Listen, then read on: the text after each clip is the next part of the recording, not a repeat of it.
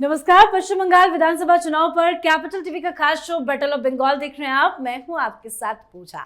पश्चिम बंगाल में इस बार 23 और 29 अप्रैल को वोट डाले जाएंगे और 4 मई को रिजल्ट सामने आएगा। पर बंगाल का चुनाव इस बार काफी ज्यादा दिलचस्प है। चुनावी रण पूरी तरह से सज चुका है। सुरक्षा के अभूतपूर्व इंतजाम है। केंद्रीय बलों की भारी तैनाती और चुनाव आयोग की सख्ती ने इस मुकाबले को और भी हाई वोल्टेज बना दिया है। सत्ता में बैठी ममता बनर्जी खुद दबाव में नजर आ रही है। प्रशासनिक फेरबदल, कड़ी निगरानी और हर स्तर पर सख्ती ने उनके लिए रास्ता पहले से ज्यादा मुश्किल बना दिया है। तो बीजेपी की तैयारी ऐसी है जिससे ये कहना गलत नहीं होगा कि पश्चिम बंगाल में हवा का रुख इस बार बदल रहा है। तो चुनाव को लेकर हर किसी के मन में सवाल है कि इस चुनाव में क्या होगा।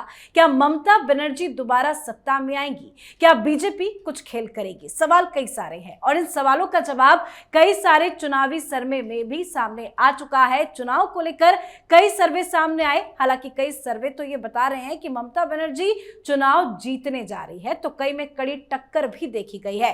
पर आज हम आपको कैपिटल टीवी का सर्वे बताने जा रहे हैं। बताएंगे कि हमारा चुनावी सर्वे बंगाल को लेकर क्या इशारा कर रहा है। तो आज इसी पे चर्चा करेंगे। मेरे साथ स्टूडियो में मौजूद हैं कैपिटल टीवी के editor in chief doctor Manish Kumar और एग्जीक्यूटिव एडिटर राजीव जी। सर, आप दोनों का बहुत बहुत स्वागत है। धन्यवाद। सर, अभी तक 4 सर्वे सामने आ चुके हैं जिसको लोग फॉलो करते हैं, लोग भरोसा करते हैं। उन सर्वे में तो ममता बनर्जी को काफी ज्यादा फायदा होता दिखाई दे रहा है। आपको क्या लगता है कैपिटल टीवी के सर्वे के मुताबिक कि इस बार पश्चिम बंगाल में ममता बनर्जी की स्थिति क्या हो सकती है? देखिए, जितने भी सर्वे आए और सर्वे करने वाले, दे आर प्लेइंग सेफ। पिछली बार वो लोग मिसरीड कर गए, जो सर्वे किया और रिजल्ट उल्टा आया। इस बार डरे हुए हैं। पिछली बार सर्वे गलत नहीं था। पिछली बार भी भारतीय जनता पार्टी की स्थिति बहुत मजबूत थी, लेकिन इस सर्वे में जो पुलिस प्रशासन और काउंटिंग से लेकर के वोटिंग तक जो गड़बड़ियां हुई, वो सर्वे में नहीं आ सकता। इस प्रैक्टिकल प्रॉब्लम को समझिए। सर्वे में हम क्या करते हैं? लोगों से बातचीत करते हैं, पूछते हैं क्या है, नहीं है, सरकार पसंद में है, नहीं है, वो तो बोल देते हैं। लेकिन जब एक्चुअली वोटिंग होती है तो जो लोग आपके पास आकर के कह रहे कि नहीं, ममता बनर्जी की सरकार नहीं चाहिए, मालूम चलता है कि वो वहां पहुंच रहा है, उसके पहले उसका वोट पड़ गया, या परिस्थिति ऐसी बन गई कि आप वोटिंग करने के लिए पोलिंग बूथ तक जा ही नहीं पाए, आपका वोट कोई और दे गया। ये सर्वे में नहीं आता। अच्छा, सर्वे तो इन लोगों ने निकाल दिया, लेकिन एक दिन बाद ये तमाम लोग टेलीविजन के डिस्कशन में भी आए। उनसे सीधा सीधा सवाल किया गया कि क्या ये बदल भी सकता है? सारे लोगों ने ये कहा कि देखिए, अगर वहां पे प्रशासन का इंटरफेरेंस ना हो, साफ सुथरे तरीके से लोगों को ये विश्वास है कि मैं वोट करने जाऊंगा या जाऊंगी तो सही सलामत जाऊंगी, सही सलामत वापस आऊंगी, और चुनाव नतीजों के बाद कोई हंगामा नहीं होगा, तो ये सारे आंकड़े अपने आप बदल जाएंगे और ऐसे बदलेंगे कि आप यकीन नहीं कर सकते। तो ये जो वहां की जो जमीनी हकीकत है, टीएमसी का जो वो एक जो चक्रजाल है, जिसमें वहां की पॉलिटिक्स जो है वो बिल्कुल अधमरी सी हो गई है, जो वहां पे गुंडा राज है, वो कोई सर्वे वाला बताएगा नहीं। चूंकि हम लोग ग्राउंड में गए, और इसलिए जो हम लोग आकलन कर रहे हैं कि अभी इस वक्त ये सारी चीजें जो टिकट बंटवारे से पहले की, जो उम्मीदवार खड़े किए गए दोनों साइड से, उससे पहले की जो हम लोगों का जो अपना ट्रैकर है, वो ये कह रहा है कि किसी भी कीमत पे भारतीय जनता पार्टी 165 सीट बड़ी आराम से जीत रही है। 165 सीटें जीत रही है।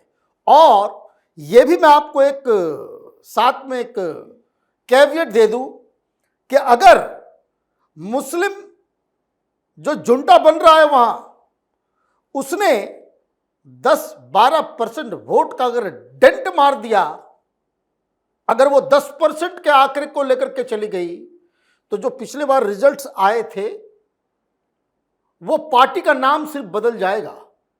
ऐसा वन साइडेड चुनाव होने जा रहा है। तो सर अगर ये 165 का आंकड़ा जो सर समझा रहे हैं, अगर ऐसा होता है तो ममता बनर्जी की गाड़ी कहां जाके रुकेगी? मौजूदा स्थिति आपको क्या लग रही है? वैसे चुनाव में तो हर दिन स्थिति बदलती है, लेकिन अभी तक जो भी माहौल है उसके हिसाब से क्या होता दिखाई दे रहा है? देखिए, जो भारतीय जनता पार्टी अलग अलग क्षेत्रों में अपना आधार बढ़ाई है और जहां पर पहले से थोड़ी मजबूत स्थिति में थी और पिछली बार कुछ चूक हो गई थी, जैसे नॉर्थ बंगाल की बात है, 54 विधानसभा की सीटें, वहां पर भारतीय जनता पार्टी जोर लगा के भी 30 सीटें जीत पाई थी। ममता बनर्जी थोड़ा मैनेज करने में कामयाब हो गई और ये मैनेजमेंट जो इनका था इस बार धाराशायी होने वाला है। ममता बनर्जी वहां 10 से 15 सीटें जीत पाई तो बहुत बड़ी बात होगी। ये 24 का आंकड़ा जो पिछली बार ममता बनर्जी का था, ये 10 से 15 के बीच भी पहुंच गया तो ये बड़ी मुश्किल होगी ममता बनर्जी के लिए, ऐसा संभव दिखाई नहीं पड़ रहा। लेकिन उसके बाद जो भारतीय जनता पार्टी ने साउथ बंगाल के कुछ क्षेत्रों में देखा है, जैसे हावड़ा और कोलकाता, यहां पर भारतीय जनता पार्टी पूरा साफ थी, इसीलिए तो शुभेंदु अधिकारी को कहां भेजा गया है? कोलकाता।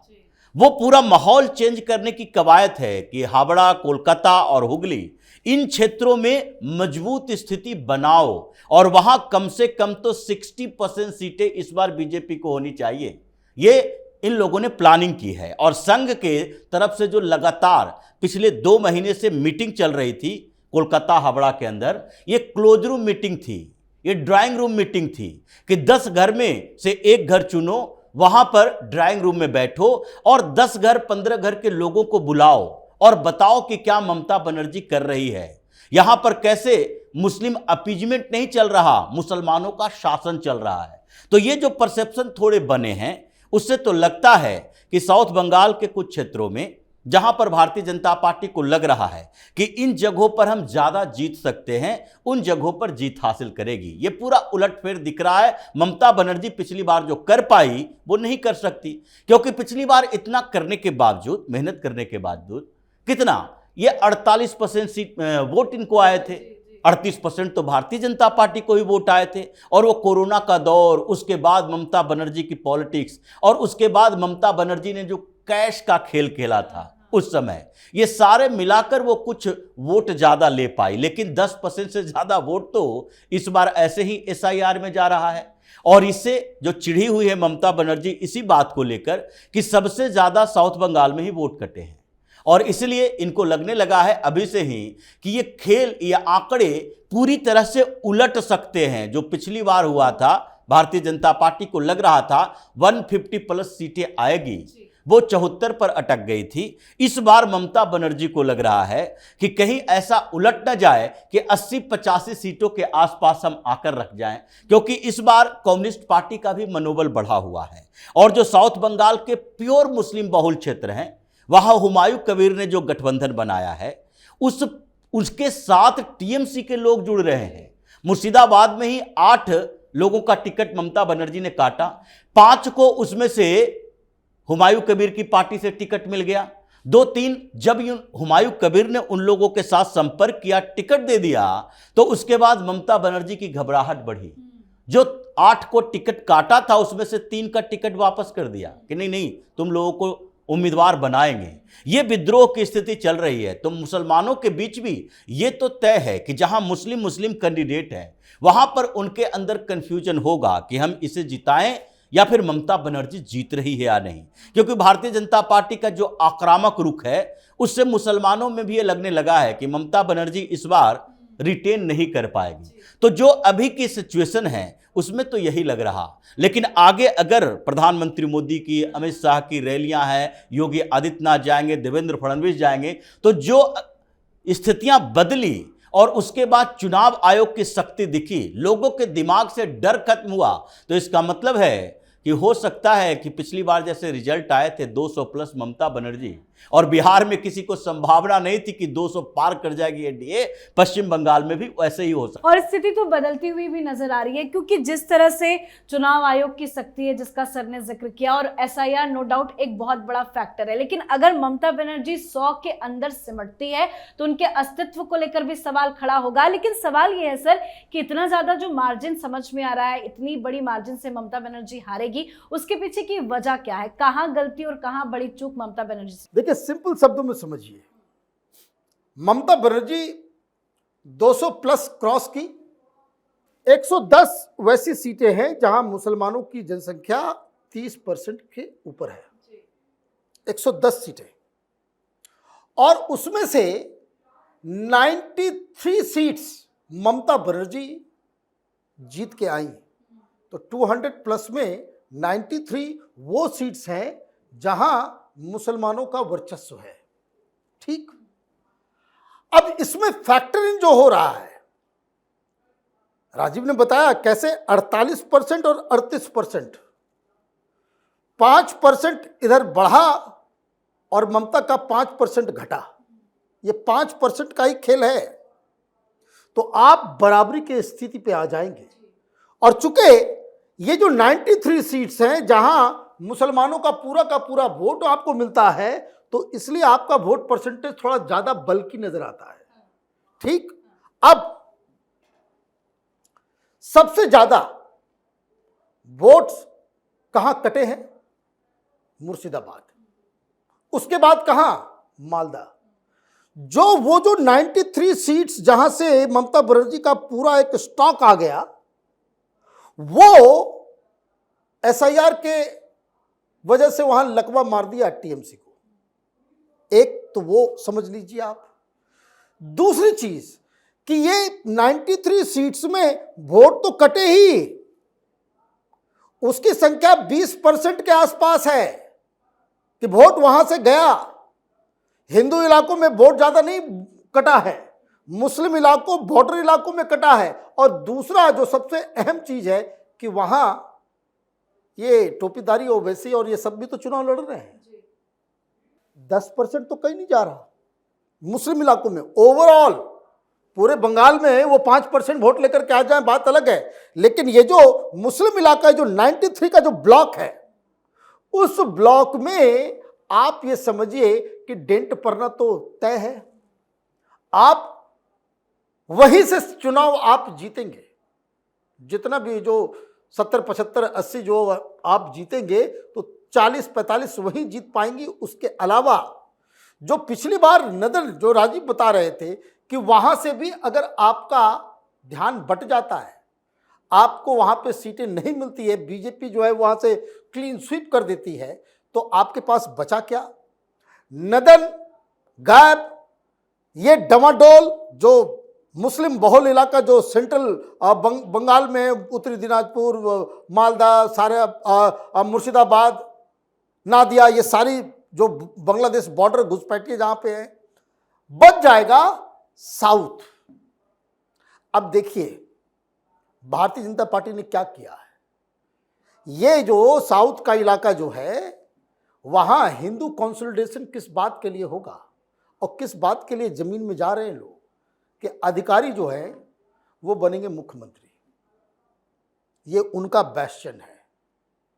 और वहां बहुत ज्यादा आप ये समझिए कि ये इलाका के अलावा जो मुस्लिम वोटर्स हैं, जो साउथ वाले में, ये अब्बास सिद्दीकी का बड़का फॉलोअर है। अभी पिछले चुनाव में जो लोकल चुनाव हुए थे पंचायत का, सिद्दीकी ने जबरदस्त परफॉर्मेंस किया साउथ बंगाल के अंदर, और इसलिए उनका संगठन भी बन गया है। तो कुल मिलाकर के आप देखिए कि मुस्लिम वोट के अलावा आपके पास कुछ नहीं था। हिंदू 20%, 22% आपको वोट कर देता था, आपका कॉम्बिनेशन बन जाता था। अब हिंदू भी नाराज है, मुसलमान का वोट बट रहा है, और एसआईआर में मुसलमानों का वोट जो 20% जो है वो निपट गया है। तो आप कहां से कैसे जीतेंगे? और सबसे बड़ी चीज, वो जो लोग सर्वे के अंदर सामने आकर के बताते नहीं हैं, उस वजह से भी बाकी के सर्वे में ये दिख रहा है, प्रतीत हो रहा है कि ममता बनर्जी आगे हैं। आप भी वहां गई थी, कोई बोलता है, कोई पूछता है, कोई बताएगा? नहीं बताएगा। कैमरा बंद, रिकॉर्डिंग बंद, सब आकर के बोलेंगे इस बार तो ममता गहलोत। तो ये जमीनी हकीकत है। तो जो ये एक प्रॉब्लम है पश्चिम बंगाल में कि जो वहाँ की जनता है, जो वोटर्स है, वो कैमरे के सामने नहीं बोलते हैं, डर है उन्हें टीएमसी का, क्योंकि टीएमसी के वहाँ पे जो कार्यकर्ता है, नेता है, वो पीठ पीछे आके उनको धमकाते हैं। क्या उसकी वजह से भी ये जो ओपिनियन पोल अलग अलग आ रहे हैं उसमें क्लैरिटी नहीं मिल रही है? साथ ही एक सवाल मेरा आपसे ये भी है कि ये जो छोटे छोटे दल है, चाहे वो हुमायूं कबीर हो या बाकी के दल हो, वो कैसे ममता बनर्जी का खेल बिगाड़ रहे हैं? देखिए, जो स्थितियां अभी दिख रही है उसमें सबसे ज्यादा इम्पैक्ट तो एसआईआर का है। एसआईआर का इम्पैक्ट दिखने लगा है। पिछली बार 6 करोड़ के आसपास पूरे वोट पोल हुए थे और इस बार आपके पास टोटल वोट ही 6 करोड़ 40 लाख के करीब होंगे। बहुत होगा तो 6.5 करोड़ होगा, जो अभी 60 लाख का अभी चल रहा है वेरिफिकेशन। उसके बाद भी ट्रिब्यूनल बना दिए गए हैं। अब ये लगातार सुनवाई होगी। अगर पूरे 6.5 करोड़ के आसपास वोटर ही है तो इस बार वोट तो और कम डाले जाएंगे। और ये ममता बनर्जी का जो अलग अलग ब्लॉक्स में ये फर्जी वोटिंग का पूरा नेटवर्क बना हुआ था वो भी टूट चुका है। इसका भी इंपैक्ट पड़ता दिखाई पड़ रहा है। इसलिए ममता बनर्जी ज्यादा परेशान है एसआईआर को लेकर। लेकिन ये मुस्लिम बहुल क्षेत्रों में जहां 30% से ज्यादा मुसलमान हैं, उन जगहों पर जो स्थिति बनी है, अभी भारतीय जनता पार्टी उसे टारगेट करके रखी थी कि वहां अगर हिंदू हैं तो उन्हीं जगहों पर हिंदू के अंदर डर भी है इन लोगों का, और वही सबसे ज्यादा कंसोलिडेशन भी होगा, क्योंकि वो इकट्ठा होते हैं इसलिए क्योंकि उनको मुसलमानों का डर दिखता है। तो कई विधानसभा क्षेत्र है जो 60-70% मुस्लिम बहुल इलाके बताए जाते हैं। इसका मतलब ये नहीं है कि सब विधानसभा में, यानी मुर्शिदाबाद के 22 विधानसभा सीटों पर सारी जगह पर 50-60% मुसलमान हैं। वहां भी भारतीय जनता पार्टी ने पिछली बार 2 सीटें जीती थी। तो ऐसी स्थितियां पैदा हुई है कि इस बार तो उन इलाकों में भी ये ओवैसी से लेकर हुमायूं कबीर तक इन लोगों ने अपना गठबंधन बनाया। हो सकता है सिद्दीकी के साथ भी गठबंधन हो ही जाए। अभी तो हुमायूं कबीर ओवैसी की बात कर रहा है कि हम दोनों तो अपना गठबंधन तय कर चुके हैं, आगे भी एक्सपेंड करने की कोशिश कर रहे हैं। अगर ये गठबंधन आता है तो जो मुस्लिम बहुल इलाके हैं, यानी 60-70% मुसलमानों का जहां वोट है, वहां पर तो वो लोग केवल मुस्लिम पार्टियों को देखते हैं। ये रिकॉर्ड है हर जगह का, चाहे आप वेस्ट बंगाल को देखें या फिर बिहार को देखें या महाराष्ट्र को देखें, हर जगह पर वो ये नहीं देखते कि पार्टी कौन सी है। बिहार में ओवैसी कैसे सीट जीत कर लाता है? ऐसा नहीं कि अररिया में वो जीत जाता है, किशनगंज में जीतता है ज्यादा, क्योंकि वहां पर ओवरऑल मुसलमानों को लगता है यहां विधायक कोई भी बने, हमारा ही विधायक बनेगा, मुसलमान विधायक ही होगा, और सरकार बनाने में किसकी कितनी भूमिका होगी ये तो बाद में तय कर लेंगे। अभी हमें देखना है कि मुस्लिम पार्टी कौन है जिसका नेतृत्व मुसलमान कर रहा हो। तो ऐसी स्थितियों में इन लोगों ने यही परसेप्शन बनाया है, और जो मुस्लिम लीडर इन लोगों के साथ जुड़ रहे हैं तो उन क्षेत्रों में तो ये प्रभावित करेंगे, लेकिन उन क्षेत्रों में इन लोगों का डर होगा जो हिंदू आजकल इकट्ठा हो रहे हैं, एकत्र हो रहे हैं। यही भारतीय जनता पार्टी ने इस बार स्ट्रेटजी बनाई है कि उन क्षेत्रों पर भी फोकस करना है जहां पर हम पहले ध्यान ही नहीं देते थे कि यहां तो हमारा वोट ही नहीं है। इसलिए इस बार सीट ज्यादा बढ़ रहे हैं और दिख रहा है कि जो पुराने जितने अभी तक सर्वे आए हैं, ये कुछ दिन में इन लोगों का भी रुख बदलेगा और सारे सर्वे फेल होते दिखाई पड़े। जी बिल्कुल, बहुत बहुत धन्यवाद सर आप दोनों का। धन्यवाद। तो इस बार बंगाल में बड़ा बदलाव देखने को मिल रहा है जो ममता बनर्जी के लिए बड़ी मुसीबत पैदा कर सकता है, और जो हमने आंकड़े आपको बताए वो बढ़ भी सकते हैं। हर दिन बदलते समीकरण, हर बयान के पीछे संदेश और हर रैली में दिखती भीड़ भी ये इशारा कर रही है कि इस बार ममता बनर्जी के लिए ये लड़ाई काफी ज्यादा टफ है और बीजेपी इस चुनाव में काफी अच्छा प्रदर्शन करने जा रही है। तो आपको क्या लगता है बंगाल के चुनाव के नतीजों में क्या होगा? आप भी अपनी राय कमेंट करके जरूर लिखिएगा। देखते रहिए कैपिटल टीवी। नमस्कार।